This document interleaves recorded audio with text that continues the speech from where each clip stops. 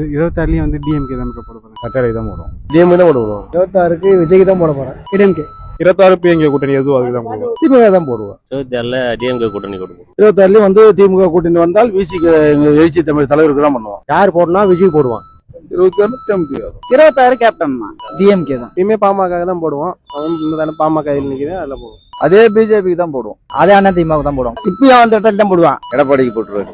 MRK BJP சார்ந்த யார் நிக்கிறாங்களோ அவங்களுக்கு தான். திமுக கூட்டணிக்கு 26 ஸ்டாலினுக்கு தான் போடுவோம். ஸ்டாலினுக்கு தான் போட்டுருக்கோம். திமுக தான் போடுவோம். யோசனை பண்ணி தான் போடுவோம். பாமக விஜய் தானே போடுவான். விடுதலை சீட்டு டிஎம்கே போடலான்னு இருக்கேன். டிவிக்கு மாம்பழத்துக்கு தான் போடுவோம். அது அன்புமணி சார் தான் வராங்களா பார்த்து தகுந்த மாதிரி தான் செய்ய முடியும். எதுவும் முடிவு பண்ண முடியாதுல்ல. விஜய்க்கு போடலாம்னு நினைக்கிறேன். போட்டோம் ஏடிஎம்கே ஓட்டு போடுறோம். 26 ஸ்டாலின் விஜய்க்கு. அது ரெட்டாளி தான் போடுவோம். எடப்பாடி திராவிட முன்னேற்ற கழகம். எப்பயுமே டிஎம்கே தான். திமுக கட்டாளி தான் போடுவோம். டிஎம்கே தான் போடுவோம். கட்டாளி தான் போடுவோம். திமுகவுக்கு அதான் அன்புமணி தான். பிஜேபி தான். 26 டிஎம்கே தான் போடுவோம். புதிய சிறுத்தை கேப்டனுக்கு தான். கேப்டன் தான் போடுவோம். அண்ணா திமுக தான் போட போறோம். டிஎம்கேக்கு கட்டாளையும் போடுவேன். கலைஞருக்கு தான்.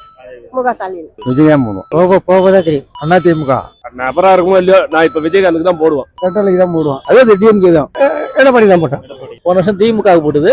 இந்த வருஷம் எடப்பாடிக்கு வாய்ப்பு இருக்கு. மாரி விஜய் போல ஒரு எய்ம் இருக்கு. திமுக எம்ஆர் 26 அன்புமணி தான். விஜய்க்கு தான். யாரு வந்தாலும் எனக்கு ரெட்டால எங்க இருக்கு அங்க போடுவோம். அவ்வளவுதான். திரும்ப 26க்கு டிவி கேக்கு தான். பிஜேபி தான்.